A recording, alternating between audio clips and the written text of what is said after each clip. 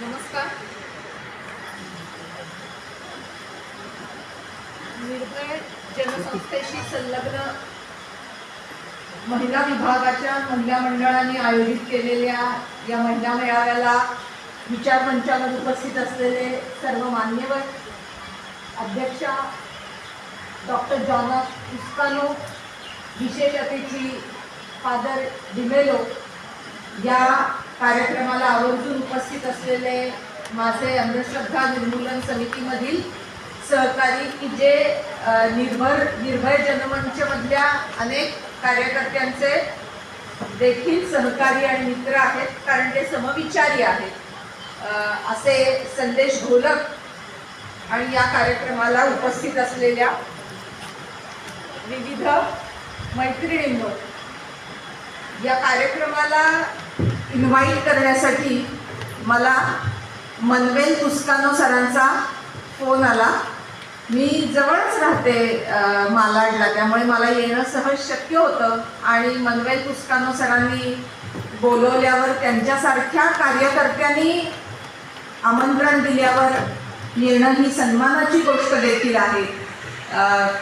त्यामुळे मी लगेच या कार्यक्रमाचं निमंत्रण स्वीकारलं. आज दुपारी त्यांच्याकडे आले, त्यांच्या सुनबाईंनी केलेलं उत्तम जेवण जेवून पाहुणचार घेतला, तुस्कानो सरांशी गप्पा मारल्या आणि त्यावेळेस हा समाज इथला कसा आहे, तिथल्या महिलांचं आयुष्य कसं आहे, त्यांच्या समोरच्या अडचणी काय आहेत, त्यांच्या आकांक्षा काय आहेत, या समाजातली तरुण मुलं काय करतात, किती इथे राहतात, किती परदेशी गेलेली आहेत, असं एकूण या समाजाचं सगळं चित्र देखील समजावून घेतलं. भारत हा इतका वैविध्यानं नटलेला देश आहे की एकमेकांच्यात अतिशय मिसळलेले आणि तरीही स्वतःचं वेगळेपण जपून असलेले असंख्य समाज, म्हणजे खरोखर ज्याला इंद्रधनुष्याची उपमा द्यावी अशा प्रकारचा हा देश आहे.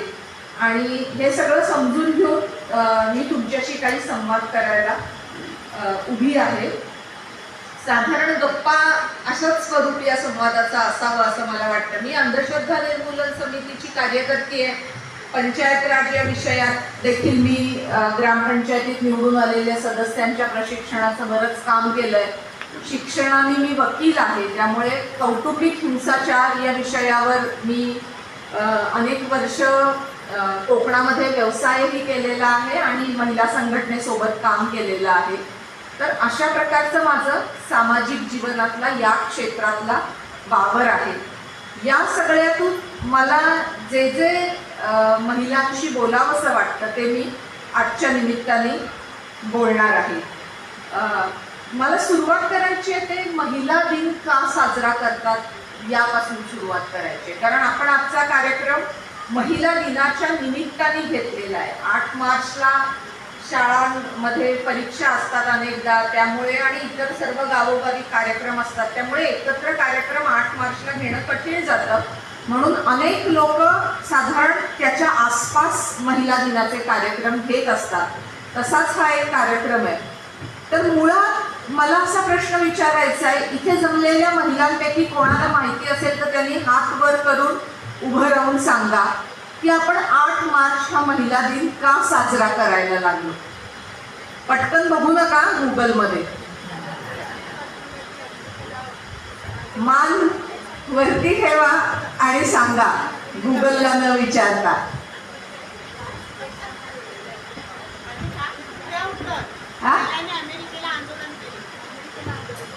हा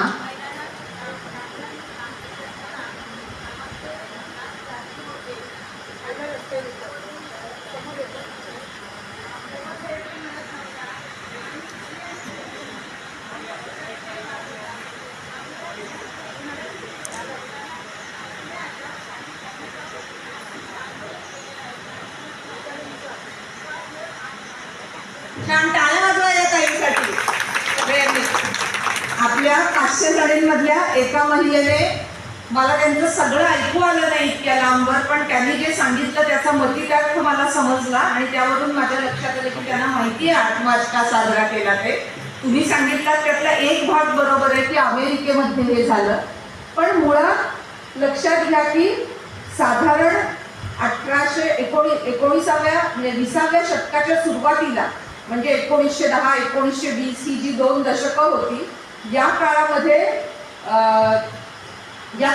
जे पहिलं महायुद्ध झालं किंवा इतर युद्ध झाली, त्या युद्धांमध्ये जेव्हा पुरुष युद्धाला गेले होते, युरोपमधल्या देशांमध्ये हे घडलं आणि इंडस्ट्रियल रेव्होल्युशन त्याच्या आधी झालेली होती.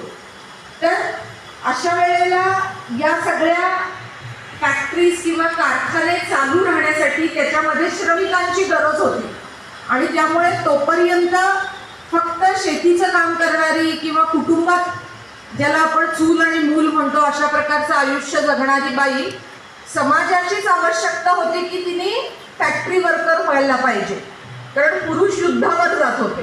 त्यामुळे फॅक्टरी वर्कर होण्यासाठी या बायका घराच्या बाहेर आल्या. म्हणजे आज आपल्याला वाटतं की घराच्या बाहेर पडणं ही मोठी संधी आहे बाईला मिळालेली, पण जेव्हा बाई पहिल्यांदा घराच्या बाहेर पडली, रोजीरोटी मिळवली तर घर चालू राहणार अशी परिस्थिती होती, तेव्हा तिच्या वर्किंग कंडिशन्स ज्याच्यामध्ये ती काम करत होती त्या अतिशय खराब होत्या. सगळ्याच कामगारांच्या खराब होत्या, काही फक्त बायकांच्याच खराब होत्या असं नाही. कामाचे तास निश्चित नव्हते, कामाच्या जागा वाईट होत्या, घाणेरड्या होत्या, पुरेसं व्हेंटिलेशन नाही, प्रकाश नाही, सुट्ट्या नाही आणि त्यामुळे या काळात कामगार चळवळ देखील आकाराला येत होती. तर महिला पहिल्यांदा या सुमारास रस्त्यावरती उतरल्या आणि त्यांनी समान कामासाठी समान वेतन, पुरुषांना हे जरा फिक्स करता आलं तर बघावं, हा सारखा खाली येतोय. या संपूर्ण स्वतःच्या कामगार म्हणून असलेल्या मानवी हक्कांसाठी या महिला रस्त्यावर उतरल्या आणि त्यामुळे हा महिला दिन सुरू झाला. किंवा खरं तर एका दिवशी अमुक हे असं घडलं की त्या कालखंडात असे अनेक कार्यक्रम घडले, त्यातल्या एकाची आठवण 8 मार्च या दिवसाची ठेवून हा महिला दिन साजरा केला जातो. आज आपण बघितलं तर या महिला दिनातला हा जो गाभा आहे तो आपण जवळपास विसरून गेलेलो आहोत. आणि कसं असतं माहितीये का की बाजार व्यवस्था कशी काम करते हे आपण सगळ्यांनी समजून घेतलं पाहिजे. की ज्या गोष्टीला आपण विरोध करू शकत नाही त्या गोष्टीला इतकं आपलंसं करून घ्यायचं की त्या गोष्टीचं वेगळेपणच संपून गेलं पाहिजे. म्हणजे मुळात महिलांनी हे महिला दिन का सुरू झाला, आंतरराष्ट्रीय महिला दिन, तर कामगार म्हणून असलेले महिलांचे हक्क जोरकसपणे मांडले जावेत यासाठी महिला दिन सुरू झाला. पण आजचं महिला दिनाचं स्वरूप बघितलं तर एक दिवस बायकांच्या कष्टाची किंमत आम्हाला समजते हे दाखवून देण्याचा टोकनिस्टिक दिवस असं अनेकदा महिला दिनाचं स्वरूप आलेलं आहे. की तुम्ही व्हॉट्सअपवरचे मेसेज वाचले तर तुमच्या घरातल्या आणि कामाच्या ठिकाणच्या सर्व महिलांना आज गुलाबाचं फूल द्या आणि त्यांना सांगा की आम्ही तुमची आम्हाला किती मदत होते वगैरे वगैरे. पण मुळात लक्षात घ्या की कुणाच्या प्रती कृतज्ञता नुसती व्यक्त करून कुणाची परिस्थिती बदलत नाही. स्वतःची परिस्थिती बदलण्यासाठी मुळात माणसाला स्वतःच्या हक्कांची जाणीव असावी लागते. आणि ज्या महिलांना ही जाणीव होती त्यांनी दिलेल्या लढ्यातून आज आपल्याला मिळालेल्या सगळ्या गोष्टी मिळालेल्या आहेत. म्हणजे आज इथे मला वाटतं कैक महिला इथल्या नोकरी करणाऱ्या नोकरदार महिला आहेत. मी बोलत होते तेव्हा मला समजलं अनेक जणी शिक्षक आहेत, अनेक जणी प्राध्यापक आहेत, बँकेत आहेत, काही जणी छोटे मोठे व्यवसाय करतात. तर यातल्या ज्या सगळ्या नोकरदार महिला आहेत त्यांना मिळालेले सर्व हक्क की ज्याच्याशिवाय जगण्याचा आज आपण विचार सुद्धा करू शकत नाही, ज्यामध्ये रविवारची सुट्टी असेल, पुरुषांना जो पगार मिळतो तोच पगार त्या कामासाठी स्वतःला मिळणं असेल, बाळंतपणाची रजा असेल किंवा स्तनपानाची रजा असेल, वेगळी प्रसाधनगृह असतील, यासारख्या आज ज्या गोष्टी आपण अगदी बेसिक समजतो या सगळ्या गोष्टी या महिलांच्या आंदोलनातून आणि कामगार लढ्यातून समोर आलेल्या आहेत. यातली कुठलीही गोष्ट आपोआप मिळालेली नाही. म्हणजे बाईनं कामगार म्हणून बाहेरच्या जगात यायचं असेल तर तिला तशा प्रकारचं आयुष्य जगण्यासाठीच्या ज्या यंत्रणा आहेत त्यातली अगदी महत्वाची यंत्रणा म्हणजे पाळणाघर.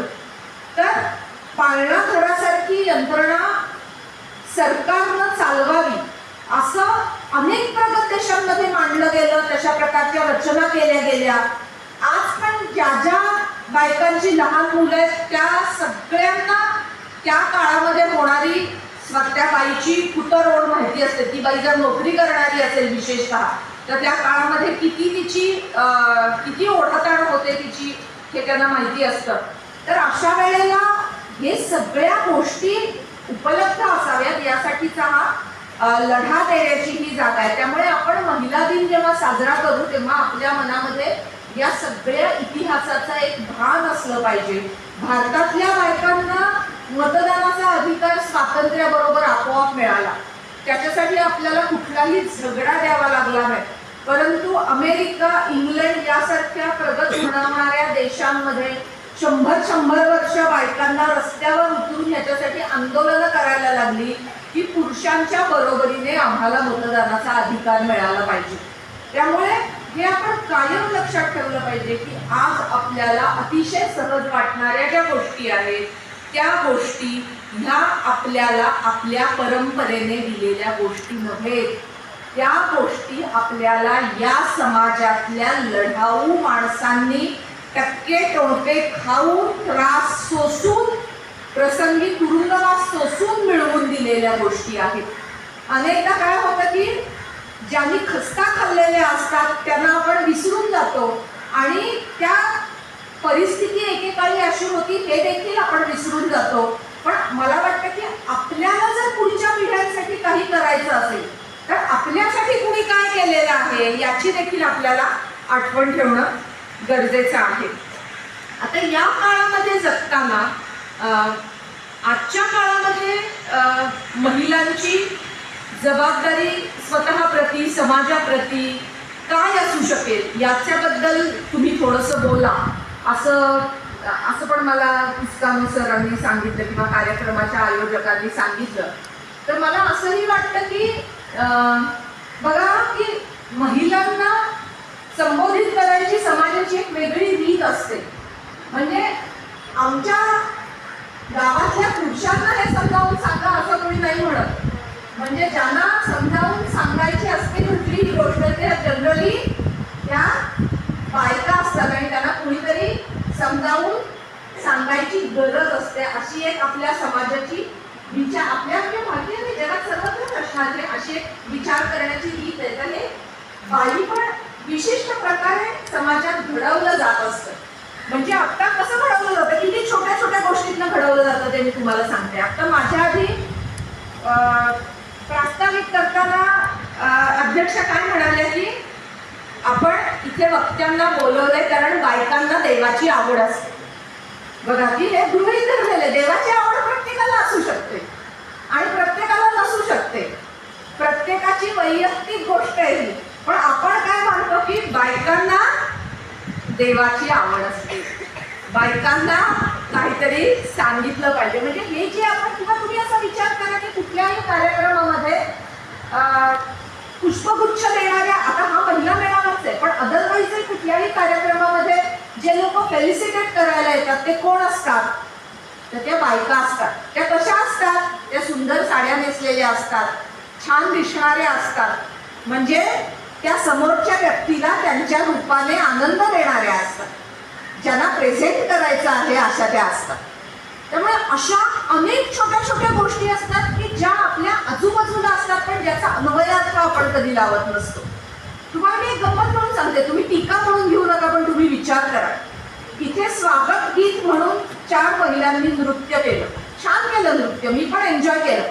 पण तुम्ही विचार करा फक्त आणि तुमच्या मनात काय भावना येते सांगा की 40चे 4 पुरुष असं नृत्य करतील का इथे? सांगा, करतील? तुम्ही कितीही त्याला भरीला घातलं तरी करतील? नाही करणार. म्हणजे नाच करायला काहीच हरकत नाही हो, पण नाच कुणी करायचा, कुणासाठी करायचा, त्यांनीच का करायचा, त्या करतील तेव्हा त्यांनी असेच कपडे का घालायचे, या सगळ्या गोष्टी आपोआप नाही ठरत. या समाजामध्ये वर्षानुवर्ष चालत आलेल्या गोष्टींचा जो आपल्या मनावर पगडा असतो आणि बाई पण जसं घडवलं गेलेलं असतं त्यातून हे आपलं छोटं छोटं वर्तन घडत असतं. त्यामुळे आपण ज्या गोष्टी अतिशय गृहीत म्हणून धरतो त्या गोष्टींच्या मागे तुम्ही जर काय ते ह्या तरुण मुलींनी बघितला असेल तो डेव्हिल वेअर्स प्राडा नावाचा एक सिनेमा आहे, तुम्ही पण इथल्या पण काही यांनी बघितला असेल. तर त्याच्यामध्ये एका बाईने तो फॅशन इंडस्ट्रीवरचा सिनेमा आहे, त्याच्यामध्ये एका बाईने निळ्या रंगाचा टी शर्ट घातलेला असतो आणि ती जिच्याकडे नोकरी करत असते ती दुसरी बाई तिच्या समोर असलेल्या दोन ड्रेसेसमध्ये काय फरक आहे अशी चर्चा करत असते तिच्याकडे असलेल्या एम्प्लॉईजशी. तर जिने तो निळा टी शर्ट घालून नोट्स घेत जी बाई उभी असते तिला किसकन हसू येतं आणि ती म्हणते की या दोन रंगांमध्ये जे निळेच आहेत त्यामध्ये एवढा फरक आहे याचा मी कधी विचारच केला नव्हता. तर ही जी बाई एक्सपर्ट असते त्यातली ती म्हणते की तुला असं वाटतं की तुझ्या अंगावरती जे कपडे आहेत तो तुझा चॉईस आहे, पण 10 वर्षापूर्वी पॅरिसमध्ये कुणीतरी भरवलेल्या फॅशन एक्झिबिशन मधनं हळूहळू हे झिरपत तुझ्यापर्यंत कसं आलेलं आहे हे तुला माहिती नाहीये. तुला असं वाटतंय की तुला निळा रंग आवडतो म्हणून तू निवडलायस, पण तसं नाहीये.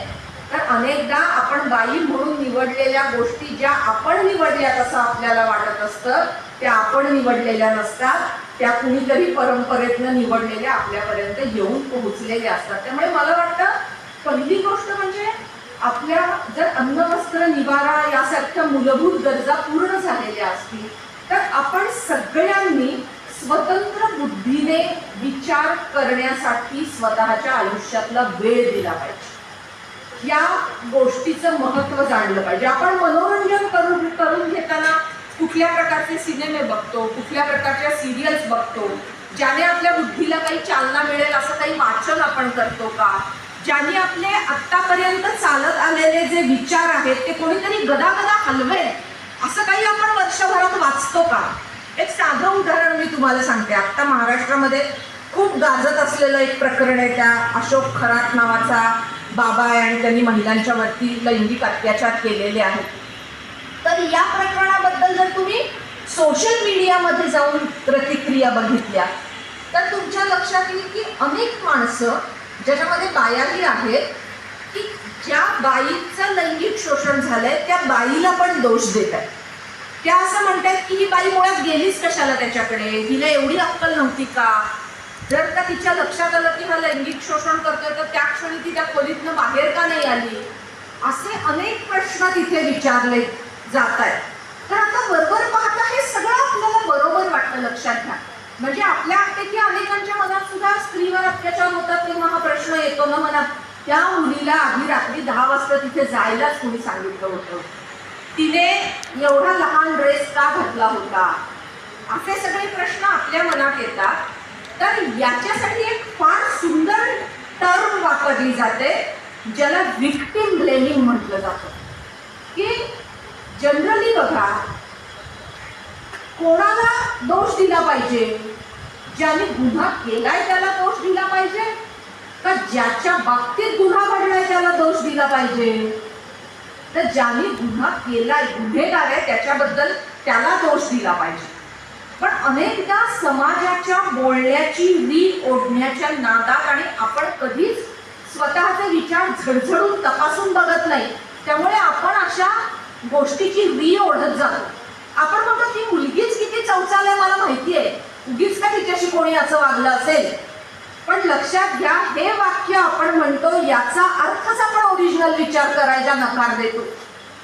म्हणजे एक साधा प्रश्न स्त्री चळवळीतले कार्यकर्ते विचारतात की बाई जर का रात्रीच्या वेळेस घराबाहेर पडते म्हणून तिच्यावर अत्याचार होतात असं असेल तर तुम्ही बाईला सांगता की तू रात्रीच्या वेळेस घरी थांब, 7च्या आत घरात, असं आपल्या समाजात आहे बघा. आणि त्याचा आपल्याला खूप अभिमान पण असतो की आमच्या कुटुंबात अशी रीत आहे. पण 7च्या आत घरात जर पुरुष सगळे थांबले तर ती बाई रस्त्यावर मोकळी नाही का फिरू शकणार. म्हणजे जो त्रास देतोय त्यांनी बाहेर राहायचं आणि ज्याला त्रास होतोय त्यांनी घरात राहायचं. हे आपल्या मनात येतं का कधी.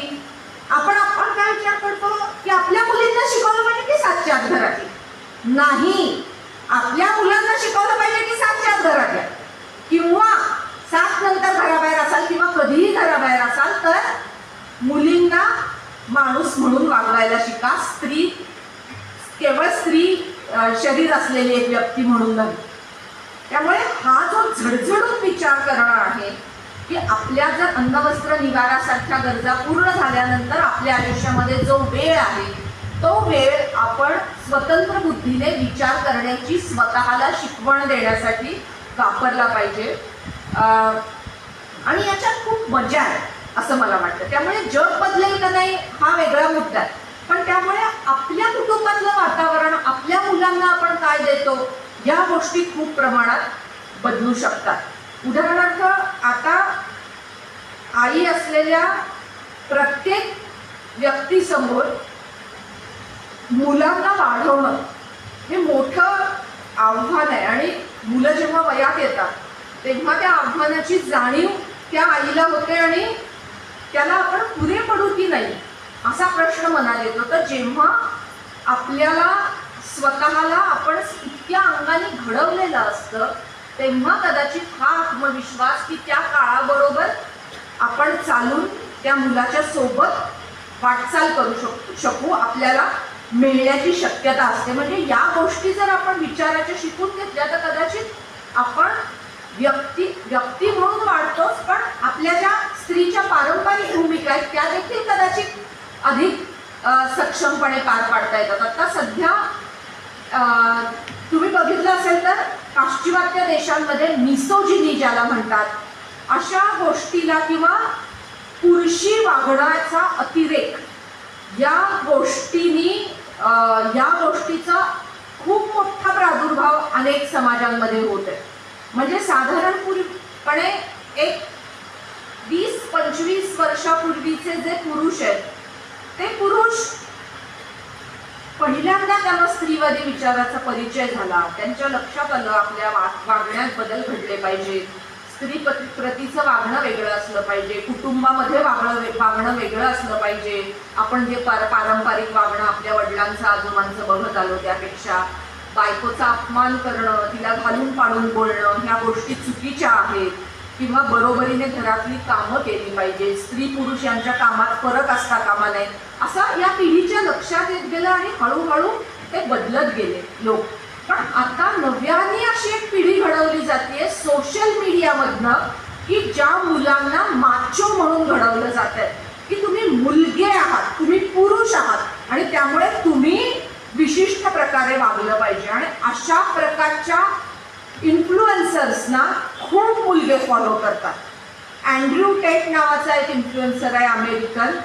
तर राष्ट्रीय म्हणजे अनेक विचारवंतांना राष्ट्रीय समस्या वाटेल हा माणूस अशा प्रकारचं ह्याचं वक्तव्य. आणि तो काय शिकवतो तर पुरुषाने कसं असावं याच्याबद्दलच्या त्याच्या ज्या काही कल्पना आहेत ज्या अत्यंत मागास आहेत हे तो मुलांच्या मनावर ठासून बसवतो. म्हणजे शिट्टी घालून मुलीला बोलवणं किंवा मुलीच्या समोर स्वतःचे शब्द मागे घेणं, पड खाणं या सगळ्या गोष्टी कशा चुकी. शिट्टी घालून बोलवणं कसं बरोबर आहे किंवा पड खाणं कसं चुकीचं आहे अशा ज्या अगदी आपण एक 20 वर्षापासून प्रयत्न करतो ज्या गोष्टींपासून मुक्ती मिळावी अशा गोष्टी परत येऊ लागल्या. परवा मी एका इन्फ्लुएन्सरचं ह्याच्यावरचं फेसबुकवरती फोटो बघितला.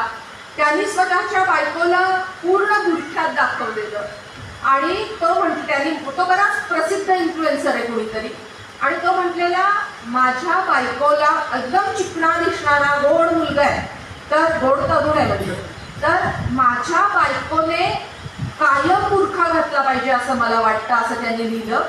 कारण मी एक पुरुष आहे त्यामुळे पुरुष बायकांकडे कोणत्या नजरेने बघतात हे मला माहिती आहे. तर लक्षात घ्या की किती भयंकर आहे हे वाक्य. की परत मगाचीच अनालॉजी लावायची तर की जे दुसऱ्याकडे भयंकर नजरेने बघतात त्यांच्या डोळ्यांना शिक्षा झाली पाहिजे. ज्याच्याकडे भयंकर नजरेने बघितलं जातं त्याच्या देहाला शिक्षा होता कामा नये. त्यामुळे याच्यावरचं उत्तर काय आहे की तुम्ही मुलींना असं घडवा की त्यांच्याकडे समाजातल्या व्यक्तींनी कुठल्याही नजरेने बघितलं तरी त्यांना त्या गोष्टीचा सामना करता येईल. आणि दुसरं म्हणजे तुम्ही मुलग्यांना असं घडवा की ते कोणत्या मुलींकडे या नजरेने बघणार नाही. याचं उत्तर हे नाही आहे की त्या मुलींनी घुंगड घ्यावा, त्या मुलींनी बुरखा घालावा, त्या मुलींनी काय अशा प्रकारे स्वतःला जपावं. तर हे मला तुम्हाला काय सांगायचं की सोशल मीडिया ही अशी गोष्ट आहे की जे आपण आपल्या मुलांना घरात शिकवत नाही अशा गोष्टी सोशल मीडिया मुलांच्या पर्यंत पोहोचवत आहे. कोविडमध्ये शाळा कॉलेजेस बंद होती 2 वर्ष आणि त्यानंतर अचानक तुम्हाला आठवत असेल तर 10वी-12वीची मुलं महाराष्ट्रात काही ठिकाणी एकदम मोठ्या संख्येने 700-800 अशी मुलं रस्त्यावर उतरली आणि त्यांनी यावर्षी शासनाने बोर्डाच्या परीक्षा घेऊ नयेत असं आंदोलन केलं. तर शासनाने जेव्हा याचा तपास केला की हे कुठून आली ही मुलं, कोणती संघटना आहे, काय आहे हे, तेव्हा लक्षात आलं की एक कोणतरी हिंदुस्थानी भाऊ नावाचा इन्फ्लुएन्सर आहे आणि त्या इन्फ्लुएन्सरनी या मुलांना आवाहन केलं की परीक्षा देऊ नका आणि त्या आव्हानाला धरून ही मुलं रस्त्यावर उतरली. आता आई वडिलांना हे माहितीच नव्हतं की अशा कुठल्या तरी एका माणसाचा आपल्या मुलांवर एवढा प्रभाव आहे. त्यामुळे जेव्हा मुलांच्या हातात मोबाईल असतो तेव्हा मुलं त्याच्यावर काय बघतायत आणि त्यातून काय शिकतायत याच्याविषयी आपण जागरूक असणं खूप गरजेचं आहे. आणि त्यामुळे आपल्याला देखील जगामध्ये काय चाललंय हे माहिती असणं गरजेचं आहे. म्हणजे ज्या गेममध्ये तुम्ही दर सेकंदाला खडाखड माणसं मारता, हे फ्री फायर सारखे गेम आहेत, तर आपल्याला आपल्या मुलाला हा गेम किती वेळ खेळून द्यायचा दिवसातनं यासाठीचे आणि मुळात हा गेम आपला मुलगा किती वेळ खेळतो याची आपल्याला माहिती असणं, अशा प्रकारचे कुठले गेम्स असतात आणि मुलं खेळतात याची माहिती असणं आणि यासाठी तशा प्रकारचा संवाद मुलांशी लहानपणापासून बिल्ड करणं हे खूप गरजेचं आहे. दुसरा असा संवाद गरजेचा आहे तो म्हणजे मला वाटतं व्यसन या गोष्टीवरचा संवाद गरजेचा आहे. एक काळ असा होता की जेव्हा व्यसनाला अप्रतिष्ठा होती, म्हणजे व्यसन करणं हे काहीतरी वाईट समजलं जायचं. पण आज असा काळ आलेला आहे की माणसं एकत्र जमतील तेव्हा ती एकत्र जमून मजा करण्यासाठी दारू पितीलच असं समजलं जातं. म्हणजे दारू पिणं ही काहीतरी कमी प्रतीची गोष्ट न समजता ती काहीतरी एन्जॉयमेंटची भारी गोष्ट समजली जाते. आणि 15व्या-16व्या वर्षापासनं मुलं ब्रीझर मग बियर अशा गोष्टी सुरू करतात. मग अशा वेळेला समाजात सगळं म्हणत असतो की बियर म्हणजे काय दारू नाही, घरामध्येच वडील पीत असतात अधूनमधून दारू. आजकाल असं मानलं जातं की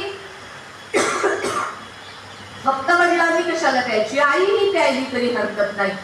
म्हणजे ह्या चुकीच्या कल्पना आपण मुलाच्या समोर ठेवत असतो. आता दारू पिणं हा वैयक्तिक प्रश्न आहे असं म्हणता येऊ शकतं, पण मुळात जर आपण या संदर्भातलं संशोधन बघितलं तर असं लक्षात येतं की जितक्या लहान वयामध्ये मूल व्यसनाचा अनुभव घेईल त्याच्या डोक्यातला व्यसनाचा मार्ग मेंदूतला तितका पक्का होतो.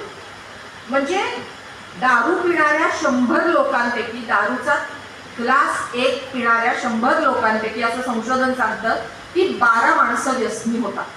88 माणसं नाही होत.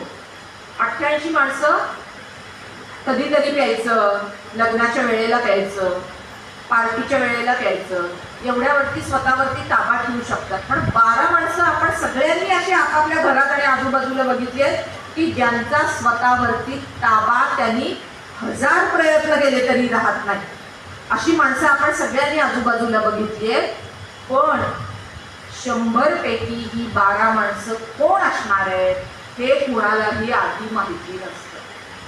त्यामुळे आपण किंवा आपला मुलगा किंवा आपल्या घरातली मुलगी किंवा व्यक्ती जे व्यसनाचा लहान वयात पहिल्यांदा अनुभव घेत आहेत, की साधी बियर असेल, त्याचा त्या व्यक्तीच्या आयुष्यावर काय परिणाम होणार आहे याच्याबद्दल आपण पूर्ण अनभिज्ञ असतो. आणि अनेकदा असं होतं की जे व्यसन लवकरच्या वयात सुरू करतात त्यांचं अख्खं अडल्टहूड नीट जातं, पण लेट अडल्टहूडमध्ये किंवा 60 नंतर ते व्यसनी बनतात, त्या अशी मेंदूची रचना आहे. त्यामुळे आपल्याला या काळात वावरताना अशा प्रकारचं कुटुंब घडवणं हे ॲडिशनल मला वाटतं की बाईच्या वाट्याला आलेलं काम आहे, की जी मुलं सोशल मीडियात काय करतायत हे आपल्याला बघायला लागेल. मुलं दारू प्यायला मित्रांच्या बरोबर एन्जॉय करण्यासाठी तर जात नाहीयेत ना, हे आपल्याला बघायला लागेल. आणि यासाठीची जी सगळी आवश्यक ती माहिती आहे आणि योग्य दृष्टिकोन आहे, तो आपल्याला आत्मसात करण्यासाठी स्वतःला डेव्हलप करावं लागेल. लक्षात घ्या की ही नवीन कौशल्य आहे सगळी, की या प्रकारची माहिती, या प्रकारचा दृष्टिकोन हा नव्याने आपल्याला स्वतःला शिकवावा लागेल. आणि कदाचित अशा प्रकारे स्वतःचं शिक्षण करण्यामध्ये मजा देखील आहे. या 2 गोष्टींबद्दल बरोबर मला तुमच्यासमोर अजून 2-3 गोष्टी मांडायच्या आहेत, की आपलं सामाजिक म्हणजे हे जे कौटुंबिक आपलं उत्तरदायित्व आहे त्याच्यासाठी आपल्याला स्वतःला घडवावं लागतं, हे एक लक्षात घेतलं पाहिजे. आणि तिथून आपण जेव्हा सामाजिक उत्तरदायित्वाकडे जातो तेव्हा आपल्या आजूबाजूचा समाज चांगला असावा यासाठी आपण स्वतःच्या वेळेपैकी किती वेळ देतो हा पण एक मला वाटतं साफल्य स्वतःला मिळवण्याचा मार्ग, आणि त्याचा आपण प्रत्येकाने विचार केला पाहिजे. आता उदाहरणार्थ मी अंधश्रद्धा निर्मूलन समितीची कार्यकर्ती आहे, किंवा संदेश घोलक पण आम्ही असेच कार्यकर्ते आहेत. तिथले अनेक जण निर्भय मंचचे कार्यकर्ते आहेत. तर आता या संघटनांमध्ये काम करण्यासाठी तुम्हाला लक्षात घ्या, घरदार सोडून काम करायची गरज नाहीये. संदेश घोलपांनी आयुष्यभर नोकरी केलेली आहे, मी प्रॅक्टिस केलेली आहे, किंवा नोकरी घरदार हे सगळं सांभाळून सुद्धा आपण वर्षातले 20 दिवस जरी सामाजिक उपक्रमासाठी काढू शकलो तरीही आपण खूप मोठा हातभार सामाजिक उपक्रमांना लावू शकतो. आणि ती आपली गुंतवणूक आहे आपल्या पुढच्या पिढ्यांसाठी. म्हणजे माझी आई एक व्यसनमुक्ती संस्था साताऱ्यामध्ये चालवते, आणि मी जिथे रत्नागिरी जिल्ह्यात दापोलीमध्ये राहत होते तिथे आम्ही व्यसनमुक्तीच्या मीटिंग्स घ्यायचो काही, मी आणि माझे पती. तर त्या व्यसनमुक्ती केंद्रामध्ये त्यातले काही लोक ॲडमिट व्हायला जायचे, आणि त्या व्यसनमुक्ती केंद्रात जे ॲडमिट होऊन घरी होऊन बरे आलेले लोक असायचे त्यांना माझे पती संध्याकाळी भेटायला जायचे, काय बरं आहेस ना विचारायला. तर अनेकदा माझी मुलगी जी आज 25 वर्षाची आहे ती त्यांच्याबरोबर मोटरसायकलवर बसून जायची. तर अशा अनेक व्यसनी लोकांच्या घरी तिच्या बाबाने दिलेल्या भेटीच्या वेळेस ती मागे बसून त्याच्याबरोबर गेलेली आहे. तर आज ती दारू न पिण्याच्या मागे कुठल्याही वैचारिक कारणापेक्षा सगळ्यात मोठं कारण हे आहे की ती 25-30 तरी दारुड्यांच्या घरी गेलेली आहे, आणि तिथं चालणारी भाषणं तिने बसून ऐकलेली आहे. म्हणजे मला असं वाटतं की आपण जेव्हा समाजाचं काम करतो ना तेव्हा त्याचा अतिशय नकळत आणि अतिशय सघन फायदा आपल्या कुटुंबाला होत असतो. आपल्या मुलांना, कारण संस्कार ही गोष्ट लक्षात घ्या की बोलून कधीच होत नाही, ती फक्त आणि फक्त कृतीतनं होत. तुम्ही कसे वागताय हे मुलं बघत असतात आणि त्याप्रमाणेच मुलं वागतात. मुलं चोरी पकडण्यात सगळ्यात हुशार असतात. त्यामुळे तुम्ही जर एक बोलत असाल आणि एक करत असाल तर ती तुम्ही जे करताय तेच बरोबर बघायला शिकतात. त्यामुळे अशा गोष्टी जे आपल्या मुलांनी करावं असं वाटतं ना आपल्याला, ते करण्यासाठी आपण आपला वेळ दिलाच पाहिजे.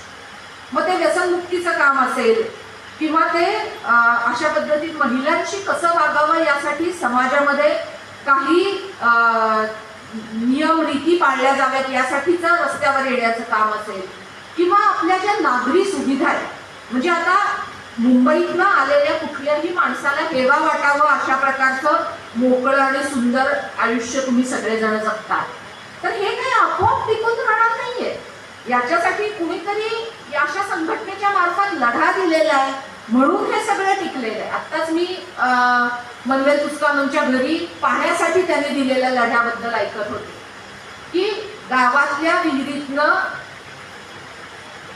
5 किलोमीटरवरच्या बिल्डर लॉबीला पाणी पुरवठा चालला होता, तो बंद पडावा यासाठी त्यांनी सुप्रीम कोर्टात याचिका दाखल केली होती आणि ती याचिकेचा जो निर्णय आहे तो अजून चालू आहे. म्हणून आज इथे झाडांना घालायला पाणी आहे, लक्षात घ्या. नाहीतर 30 किलोमीटरवरती पाईपलाईन नेणं, 50 किलोमीटरवर पाईपलाईन नेणं, मोठ्या मोठ्या विहिरी खणून हे काही कठीण गोष्ट नाही.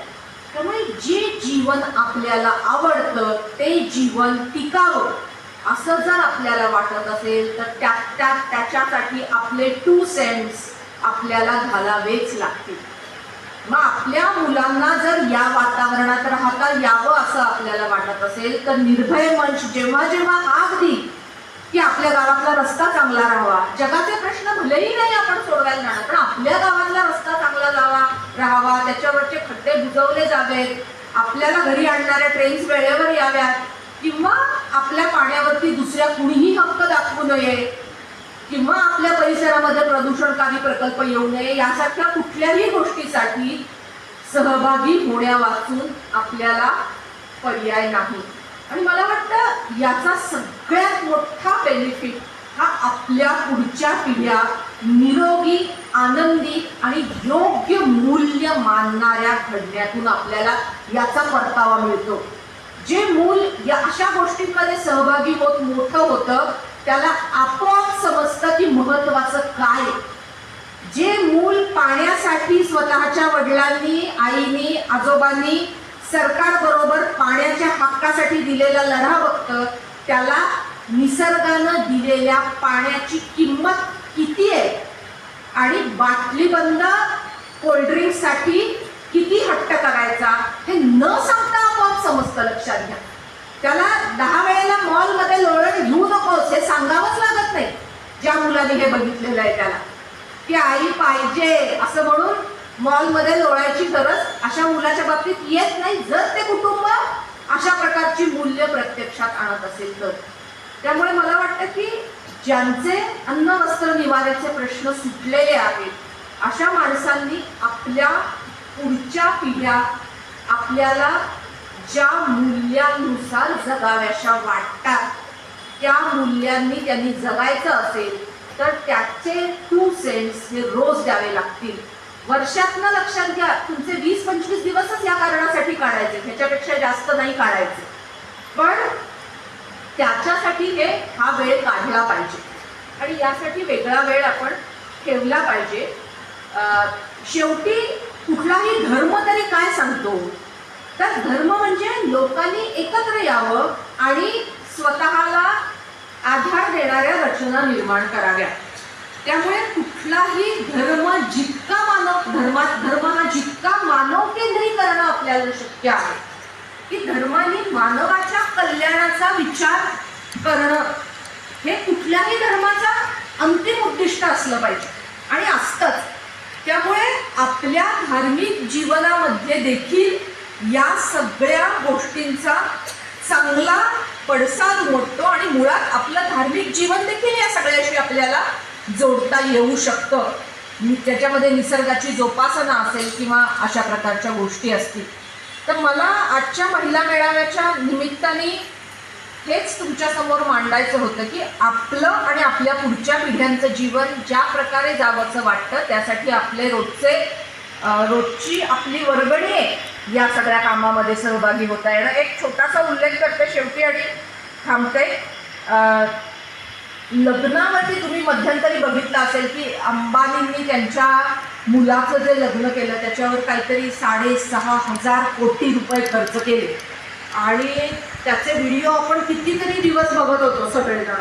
तिथे कोण शाहरुख खान येऊन नाचला आणि कोण येऊन नाचला आणि मग कोण परदेशातनं त्याला कोणी आलं आणि त्याच्यासाठी काय कपडे काय जेवण असं सगळं आपण बघत होतो. तर हे जेव्हा आपण बघतो ना तेव्हा आपल्या मनामध्ये पण ॲस्पिरेशन्स निर्माण होतात की अंबानींनी जर 6,500 कोटी रुपये खर्च केले तर माझ्या मुलीच्या किंवा मुलाच्या लग्नामध्ये मी एक 15 लाख तरी गेला माझा खर्च करावे असं आपल्याला वाटतं. आणि आपण त्या कार्यक्रमाचे हिरो असतो ना. आपण त्या निमित्ताने सुंदर कपडे घालावेत, आपल्यासाठी खर्च करावा आणि या सगळ्या गोष्टी समाजातला प्रत्येक जण करत असतो. त्यामुळे त्याला कोणी प्रश्न विचारायला जात नाही. पण मला वाटतं की या गोष्टीला आज ज्या काळामध्ये संघटित नोकऱ्या कमी होत आहेत, नोकऱ्या मिळवण्यासाठी किंवा आणि टिकवण्यासाठी 12-12 तास तरुण मुलांना काम करायला लागतंय, असं असताना लग्नासारख्या गोष्टीवर काही लाखांमध्ये खर्च करणं बरोबर आहे का? हा आपण प्रत्येकाने प्रश्न विचारला पाहिजे. आता डेस्टिनेशन वेडिंग नावाचा एक नवीन फॅड निर्माण झालेला आहे की तुम्ही सगळे मिळून उठून कुठेतरी जा आणि ते त्या ठिकाणी लग्न तुम्ही साजरं करा. आणि सगळ्यात महत्त्वाचं म्हणजे हल्ली इंस्टाग्रामवर ते लग्न कसं दिसेल हे आहे. म्हणजे फोटोग्राफरसाठी सुद्धा लग्नाच्या 1.5-2 लाख रुपये, कदाचित मी कमीच सांगत असेल, मोजले जातात. प्रत्येकाच्याकडे मोबाईल असतो, पण लग्नाचे फोटोग्राफर 1.5-2 लाख रुपये घेतात. लग्नाचे ब्युटिशियन्स 50,000 ते 1 लाख रुपये घेतात. म्हणजे 3-3 लाख रुपये आपण, आणि कोणी आपल्या मुला मुलींना सांगायला जात नाही. कोणी आई वडील बेडरूम मध्ये बोलतील असा एवढा खर्च करायचा, पण आपल्या मुला मुलींना हे सांगायची हिंमत आपण बाळगत नाही. तुझ्यासाठी आम्ही हा खर्च करणार नाही, तुझ्या शिक्षणासाठी, आरोग्यासाठी, अन्नासाठी आम्ही हवा तेवढा खर्च करू, पण यासाठी आम्ही खर्च करणार नाही. म्हणजे मनोमन हळहळतात आई वडील. कोण नाही हळहळणार. म्हणजे ही मुलं मोठी झाली की ती पण हळहळते, पण प्रत्यक्ष स्वतःच्या मुलाला कुणी हे सांगू देत नाही, कारण त्यांचं मन मोडेल, त्यांची हौस आहे आणि समाज काय म्हणेल. त्यामुळे मला सांगायचं की हा अंबानींसारखं लग्न करायचं. म्हणजे आता तुम्ही बघितलं असेल फेसबुकवरती एका माजी आमदाराच्या मुलीने 15 रुपयात लग्न केलं किंवा 150 रुपयात लग्न केलं. रजिस्टर ऑफिसमध्ये ती गेली आणि ती लग्न करून आली, कारण तिचे वडील आयुष्यभर कशासाठी विना अनुदानित शाळेतल्या शिक्षकांसाठी काम करत होते. आणि ज्या शिक्षकांना अनुदानित शाळांमध्ये नोकऱ्या मिळत नाहीत त्यांचे काय हाल असतात ते तिने आयुष्यभर बघितलेलं. त्यांना कधीही अशा प्रकारे लग्न करणं परवडू शकणार नाही, तर मी पण करता कामा नये म्हणून त्या मुलीनं आमदाराची मुलगी असून शहाणपणा हा दाखवला आणि अगदी साधं लग्न केलं. मी स्वतः अंधश्रद्धा निर्मूलन समितीची कार्यकर्ती असल्यामुळे आणि अनिसा हा विचार मांडत असल्यामुळे मी रजिस्टर ऑफिसमध्ये जाऊन 7 रुपयामध्ये लग्न केलं. कुणीही कुणालाही हार घातले नाही, दागिने घातले नाहीत, काही दिलं नाही, काही घेतलं नाही. सगळ्यांनी येऊन घरी जेवण केलं. सगळ्यांनी म्हणजे फक्त मुलीच्या आणि मुलाच्या आई वडिलांनी आणि सख्या भावंडांनी, बाकी कुणालाही इन्व्हाइट देखील केलं नाही. नंतर 2-3 महिन्यामध्ये पुढच्या सगळ्यांच्या घरी गेलो, भेटलो, कुठल्याही नातेवाईकाशी, त्यामुळे काडीचंही वाकडं आलं नाही. पण निश्चित निर्णय घेतला की लग्नासाठी खर्च करायचा नाही. तो पैसा तुम्ही त्याच मुला मुलींच्या संसाराला वापरा.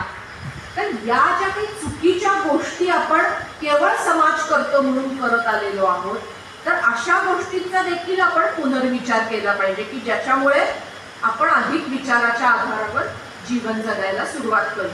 तर आज मी साधारण मला दिलेला 40 मिनिटाचा काळ वापरून तुमच्या सगळ्यांशी संवाद साधलेला आहे. माझ्या संवादाचा मूळ धागा हाच होता की आपल्याला आपल्यासाठी आणि आपल्या मुलांसाठी जे जीवन हवंसं वाटतं त्यासाठी आपण ओरिजिनल बुद्धीने विचार केला पाहिजे, थांबून विचार केला पाहिजे आणि स्वतःचे निर्णय घेऊन त्याची दबावाशिवाय अंमलबजावणी केली पाहिजे. महिला दिन साजरा करणं म्हणजे असा थांबून विचार करण्याची मुभा स्वतःला देणं आणि त्याची आठवण देखील स्वतःला करून देणं आहे. आज या कार्यक्रमासाठी तुम्ही मला निमंत्रित केलं, यासाठी निर्भय मंचच्या महिला विभागाचे आणि तुम्हा सर्व मैत्रिणींचे की तुम्ही माझं भाषण शांतपणे ऐकून घेतलं, याबद्दल तुमचे आभार मानते आणि थांबते. धन्यवाद.